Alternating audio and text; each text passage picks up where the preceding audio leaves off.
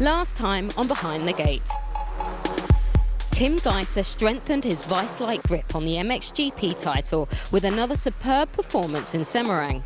The MXGP of Asia, the Team HRC rider's magnificent 7th win in a row, stretching his championship lead to 173 points with just 6 rounds remaining. With Tony Cairoli still out of action, Jeremy Seewer now his closest challenger, with fellow Yamaha riders Gautier Paulin and Arno Tonus breathing down his neck. It was a similar story in MX2, another 1-1 for Jorge Prado, who has now won all 11 rounds he has ridden this year. But behind him, there was a disaster for Thomas Kier Olsen, TKO'd at the start of race 2, along with Bas Vassen, and is now 78 points behind the heavy-hitting Spaniard, with Tom Vial rapidly closing in.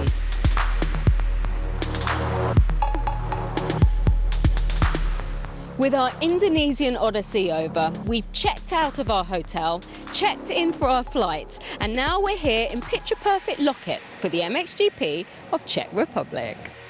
Last year, Geiser could only manage 3rd behind the Red Bulls, but is a hot favourite to continue his charge towards a 3rd world title, unless the boys in blue can pull something spectacular out of the bag. This also a track with fond memories for Prado, who took his first ever red plate here on his way to the 2018 title. The KTM rider will be expecting more success this year, despite the attentions of teammate Vial and Calvin Blanderen, who was so close to the top step last year. So elbows out for the 13th round of the FIM Motocross World Championship, the MXGP of Czech Republic.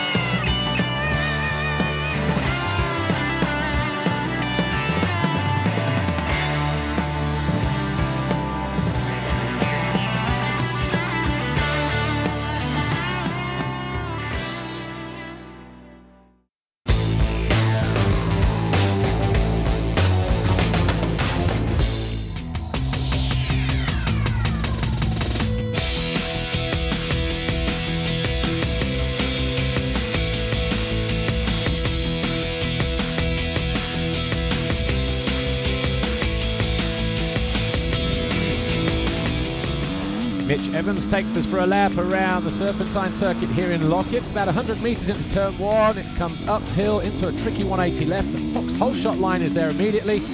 Into waves, you can go double, triple if you're on a 450, but it's double, single on the MX2 bike. A tricky turn 2 as well, easy on the gas onto this plateau. New double, difficult to get over when the track starts to break down.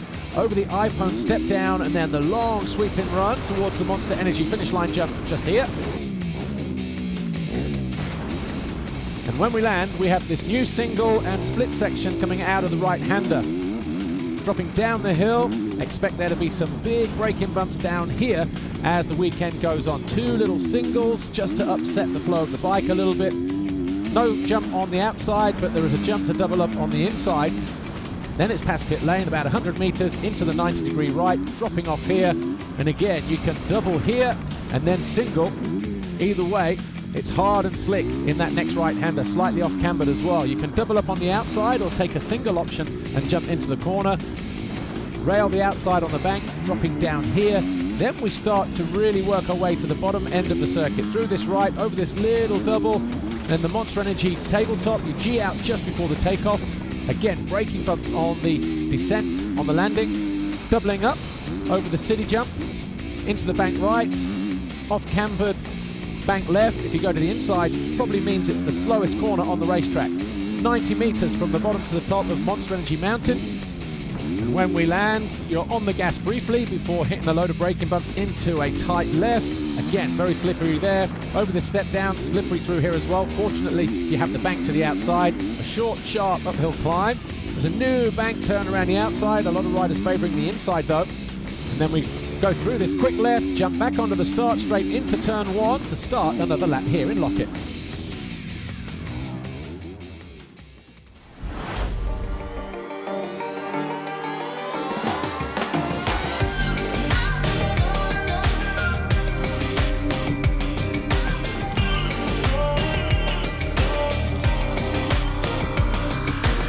After a great season last year and the great results I'm doing this year, KTM and myself, we get to meet and talk about the future. I feel very comfortable in Team Carly, the Red Bull KTM Factory Racing structure, and it's very important to have this family feeling, and that's why we decided to keep on working together and staying in Europe, moving to the 450 class in case I win this year the MX2 title. Of course, to have Jorge on the team is a big pleasure because he's a very nice guy. He's the most talented we have at the moment. If everything goes well, it's going to be also a contender, for the title. This is nice. It makes us more motivated to do a better season together and try to win races.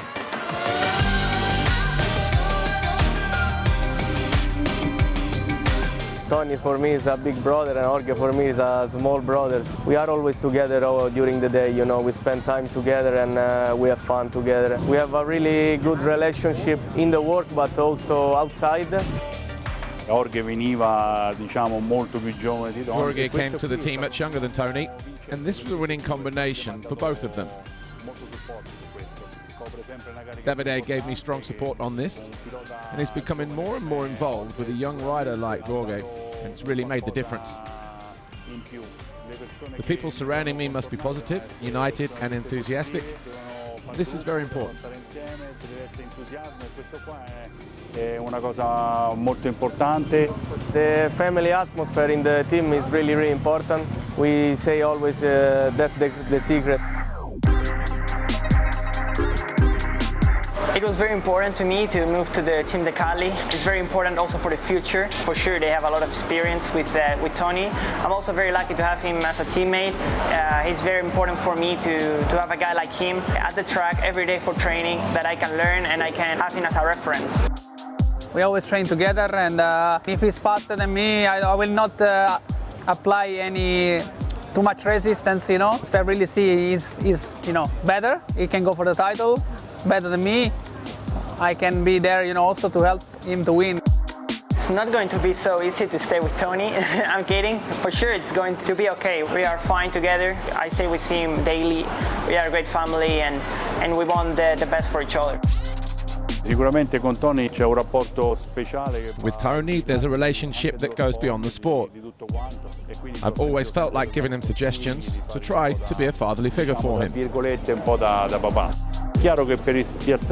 Of course, replacing a rider like Tony is a hard task, not only as a rider for his achievements and consistency, but mostly for his honesty that he has always demonstrated.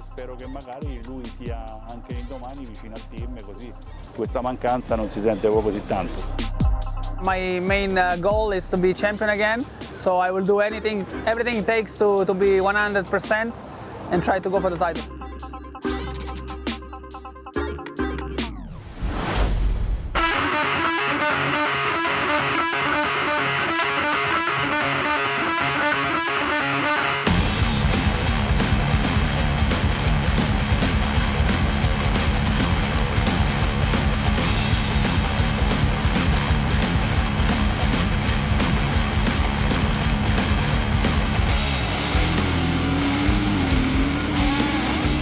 Jorge Prado was quickest to react coming out of the start, and that's probably why he took his 16th foxhole shot of the season.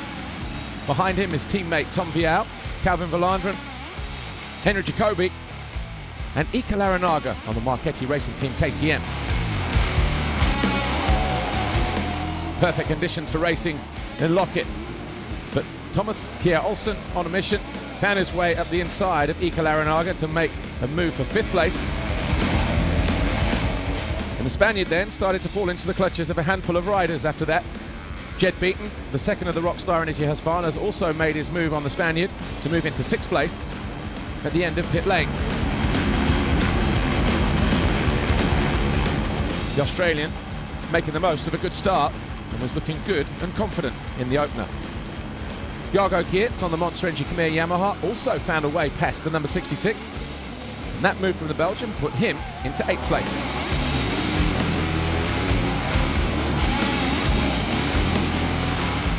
Jargo Geerts would eventually go on to take 5th ahead of Adam Sterry.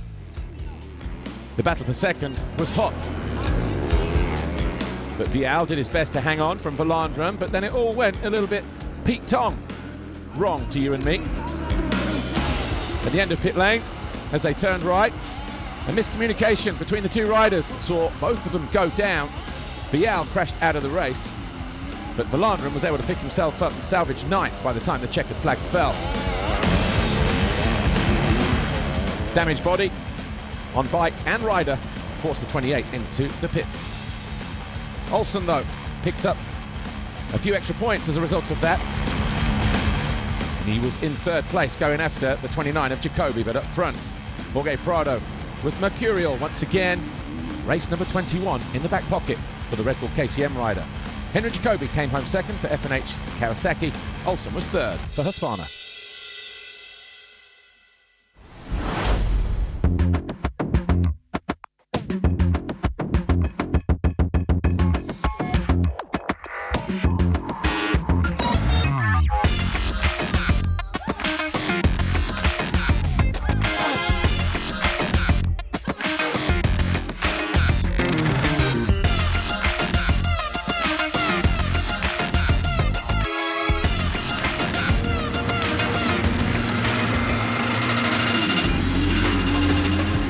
Once again, Jorge Prado, fastest to react. Made the short trip down the start straight. And once again, he was first over the Foxhole shot line. 17 black plates now, the Spaniard has in 2019.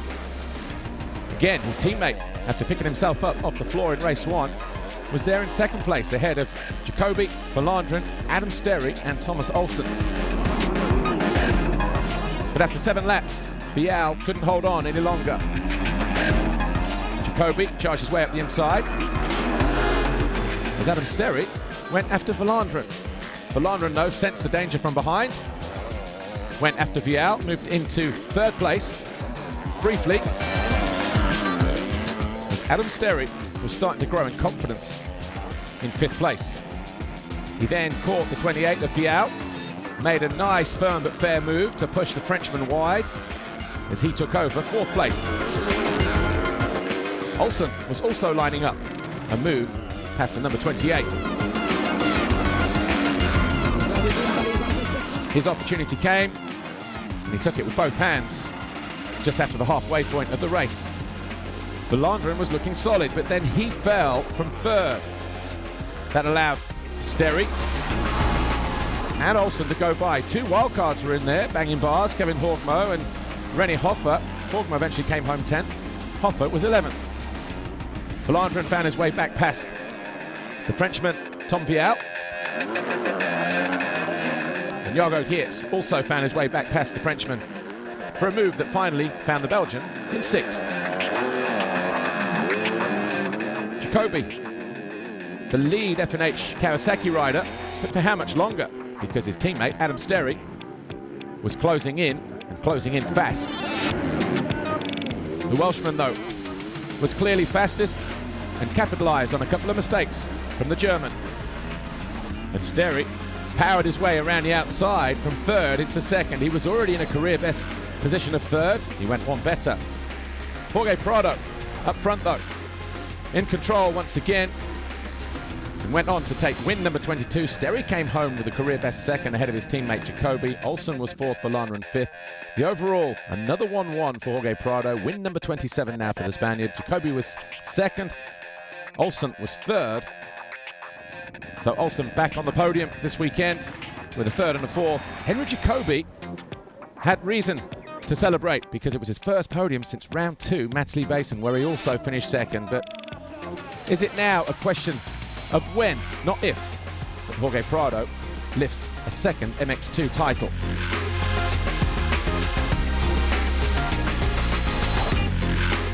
He's 90 points clear of Olsen. Geertz now up to third. Biel loses a position. Jacobi, though, is just 3 points further back in fifth.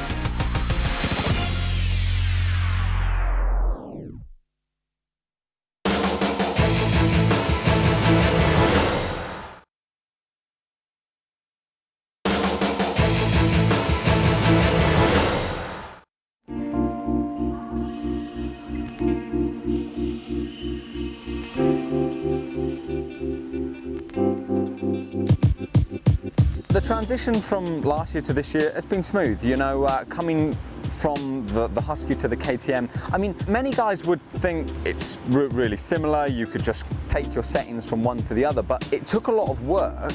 I started with my setup from last year and tried to make that work, but actually I found that I had to start from a complete blank piece of paper.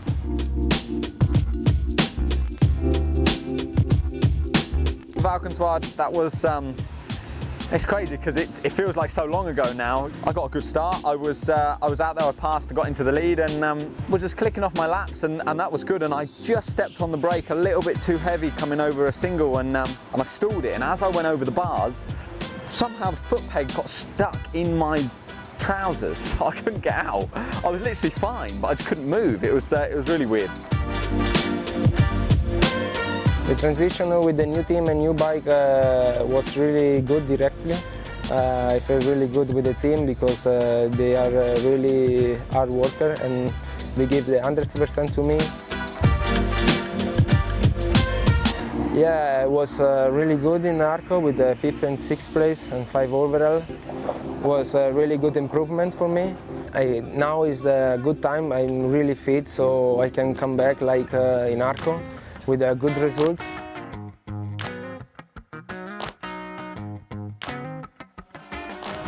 The change from Red Bull KTM to standing transfer has been tough, especially in the beginning because of the injury. You know, yeah, it was very hard to come back from that. But I feel like the team has done an amazing job. They work hard, and I'm a guy who is quite picky with bike setup and all that. So. Yeah, it took some time, which is normal, and I think at the moment we are pretty solid. I feel good with the bike, and yeah, you can also see that on the results lately. Podiums is always the goal, and I feel like we are getting close to that. And I've done great the past 2 GPs on Saturday, but I need to make it happen on Sunday, and when it counts, you know. I rode myself when I was young, and then I started a construction company. I worked literally day and night. And then at a certain moment, Damon Graal is the son of a good friend of mine. He started doing good. So with him, I started the team, and yeah, we developed and we became an MX2 team, and now since 2 years, an MXGP team. Well, the target for this year was, what concerns me, I always want a guy to give it 100%. That he gives everything what it takes to do his best. And if I see that, then I'm happy.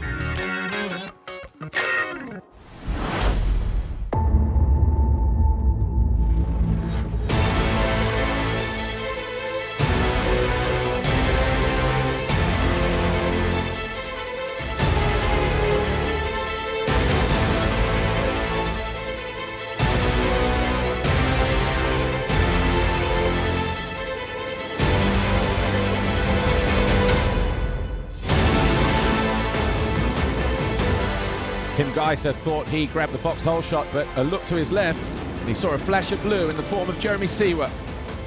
The Montreal Yamaha rider over the line for the second foxhole shot of the year. Closely followed by his teammate Roman Fevre. Geiser was in third, Paulin was in fourth, but coming out of turn 2, the Slovenian got slammed to the bank by the Frenchman, who briefly took over the third spot. Yamahas were 1, 2 and 3 heading up to turn 3. But on the way down the first big hill, over on the right-hand side, Geiser slipped back into third with that move on Paulin.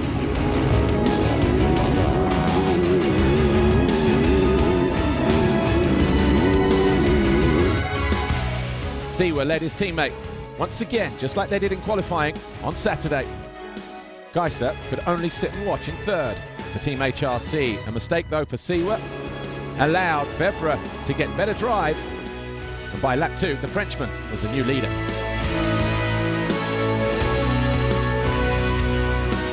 Geiser was closing in though. Paulin wasn't going too far away either. A great start for Brian Bogas and Arminas Jasikonis saw those two trade positions as early as lap 3 when Bogas made a slight mistake. That allowed Jasikonis to go through on the Rockstar Energy Husqvarna. And not far away was his teammate Jonas. Jonas then found a way past Bogas as well to move into 6th position. And that's where the Latvian would stay. Van Horbig would eventually come home in 7th for Honda SR Motor Blues. And Anstey didn't make a great start, but eventually fought his way through to 8th.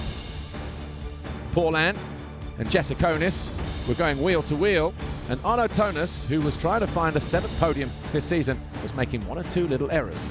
He would eventually come home in 10th. Siwa having a great time in 2nd, but for how much longer? Because Geiser was closing in.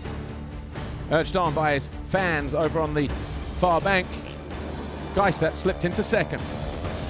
Siwa tried to retaliate, but a bobble cost him dearly. And that was enough to let Geiser through into 2nd and out on his own. Roman Febvre, though, was too far gone at this point in the race. Meanwhile, a little bit further back in 4th, Paulin still hadn't thrown off the challenge of Jasikonis. But Roman Febvre was simply sensational in race 1. Geiser had no answer. And it was Febvre who took his 2nd race win of the year. Geiser 2nd, Siwa was 3rd.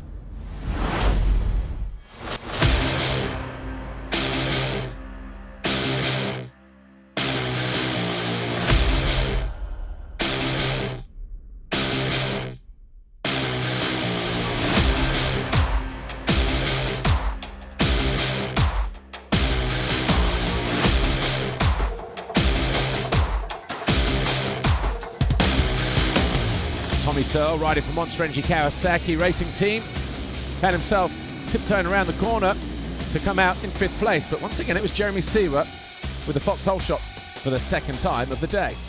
Geiser was behind him, Paulin 3rd, Febvre 4th. Tonis moved into 5th with that pass on Searle on the opening lap. Searle tried to respond, and the two went bar to bar, but it was Tonis who eventually muscled his way past the brick. Febvre was in no mood for hanging around. He quickly dispatched of Paulin, quickly had his eyes set on Geiser and Siwa. A mistake from Geiser coming out of turn 2 at the end of the opening lap saw Febvre make his move, and once again the two Yamahas were locked together wheel to wheel, and it was Siwa who led once more, just like he did in race 1. Another error from Siwa eventually saw his teammate go by on lap 6, but the two Yamahas were putting on a great show for the fans that turned out here in Loket. That was the bobble. Febvre got side by side, but Siwa responded immediately. Kept his Yamaha just ahead of his teammate. Febvre then put himself in a commanding position, and that was the pass that eventually saw him go past the 91 of Siwa. The top 3 were separated by not a lot, but in the end, Geiser, just like he did in race 1, tried to make a move, but it had to wait a little bit longer. There were no parking attendants around. If there were, Siwa would have got a ticket right there because he was well and truly parked by the Slovenian. Paulin circulated in 4th, just like he did in race 1 on the Monster Energy Wilvo Yamaha. And his teammate Tonis was having a much better time in race 2, in 5th. Tommy Searle, though, he crashed from 9th and would not finish the race. Jeremy Van Horbig on the Honda circulated in 6th, but couldn't do anything about Tonis despite his efforts. But it was still a good performance from the Honda SR Motor Blues rider. Jonas and Koldenhoff were just behind them. Koldenhoff on the standing construct eventually came home in 8th behind the Latvian. But it was Roman Febvre who took his 3rd race win of the year, a double moto win, and his first Grand Prix victory since Saint-Jean d'Angely 2016, June the 5th. Almost 3 years and 2 months. Geiser 2nd overall, Siwa 3rd, and in the championship, Geiser now 177 points off Siwa, Paulin 26 further back, but Tonis just 6 behind his teammate. The podium this weekend in Loket, 3rd overall Jeremy Siwa, 2nd overall Tim Geiser, Roman Febvre on the top step once again. What a journey he's had to get back there as well. Geiser, though, well and truly on course for title number 3.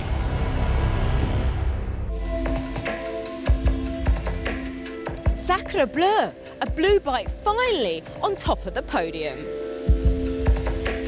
Romain Febvre with a perfect weekend to take his first MXGP win in over 3 years and Yamaha's first of the season. Tim Geiser keeping cool in second place though to extend his championship lead over Jeremy Seewer to 177 points with 5 rounds remaining. In MX2, Jorge Prado totally dominant again, making it 12 victories in 12 rounds raced and stretching his lead over TKO to 90 points. While Henry Jacobi was back on the podium for the first time since Matterley. This stunning corner of the world, a wonderful host for the MXGP of Czech Republic, but we'll now pack up and make our way to the heartland of motocross. Can Geiser wrap up a 3rd world title? Can Prado continue his stunning form? We'll find out next week at the MXGP of Belgium on the hard sand of Lommel. Bye-bye.